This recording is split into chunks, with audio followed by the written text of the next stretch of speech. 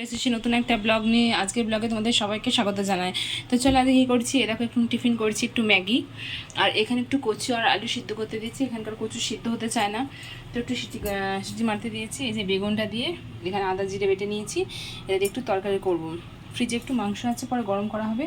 আর এই দেখো কলমি শাক আছে, কলমি শাকটা ভাজবো। আর আমার জন্য একটু পাট শাক আছে, সেই পাট শাকটা যে এখানে আছে, এই পাট শাকটা একটু ঝোল করবো। আর দেখো একটু লিচু একটু জাম নিয়ে এলাম, খাওয়া হবে বলে। তো চলো এদিকগুলো করে নিই।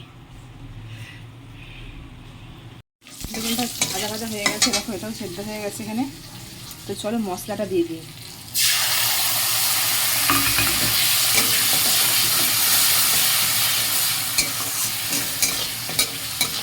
মশলাটা একটু ভালো করে কষে নিয়ে এটা এবারে আলু থেকে গন্ধটা বেরোবে, তারপরে কচুটা দিয়ে দেবো।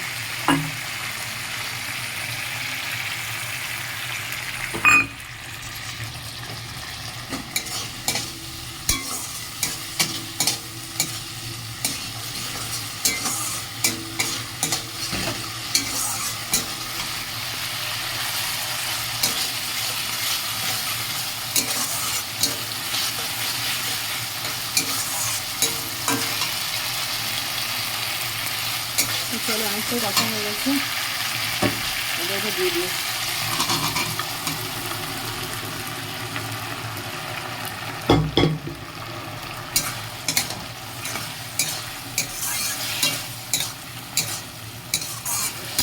কষি ভালো করে বসিয়ে দিয়েছি এটা মেজে। এটা চালটা একটু ধুয়ে রাখলাম।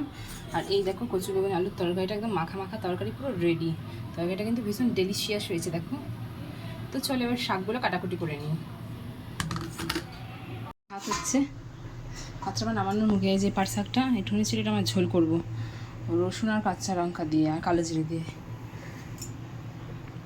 হেভি লাগে, কালো ঝোলটা খেলাম, খুব ভালো লাগলো। আর এই মাংসটা নিয়ে আসলাম ফ্রিজ থেকে, একটু ইয়ে হোক, নর্মাল হোক, তারপর গরম করবো। দেখো পাট শাকের ঝোলটা ফুটে গেছে, এবার নামিয়ে দেবো। ভাতটাও ওদিকে হয়ে গেছে দেখো। তো চলো আমার হাজব্যান্ডকে দিয়ে কচু বেগুনের আলুর তরকারিটা পাঠিয়ে দিয়েছিলাম। তো চলো এটা নামিয়ে নিই। এই দেখো কলমি শাকটা হলেই হয়ে যাবে ব্যাস। আমি যখন শাক ভাজার সময় শুকনো লঙ্কা দিই না, আমার ভালো লাগে না।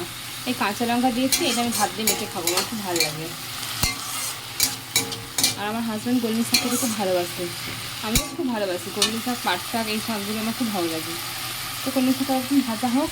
আর এই দেখো নিচে নিয়ে দেবো বলে ভাতটা বেড়ে নিয়েছি, আর ফ্রিজ থেকে মাংসটা বার করে এই যে গরম করে নিয়েছি। আমাদের দুজনের মতো হয়ে যাবে বেলার মতো। আর এই দেখো আমার পাট শাকের ঝোল, আমার ফেভারিট। এটা হলে তোমার আর কিছুই চায় না।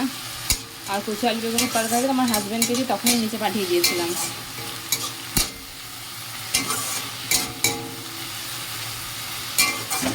তাহলে এটা দেখুন ভাজা হোক। বাসন কটা আছে, ব্যাস, তাহলে আমার আর কোনো কাজ থাকবে না এদিকে। তো চলো এটা তখন হোক, বুঝলে, পানটা কমিয়ে দিয়ে।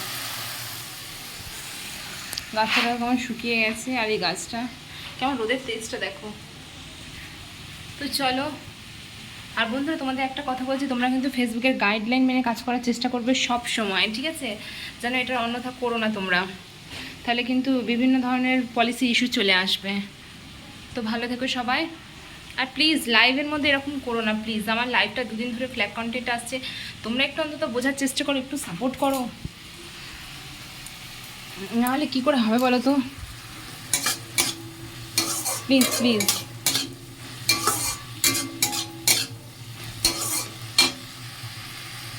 না বোঝো তাহলে কী করে হবে বলো তো?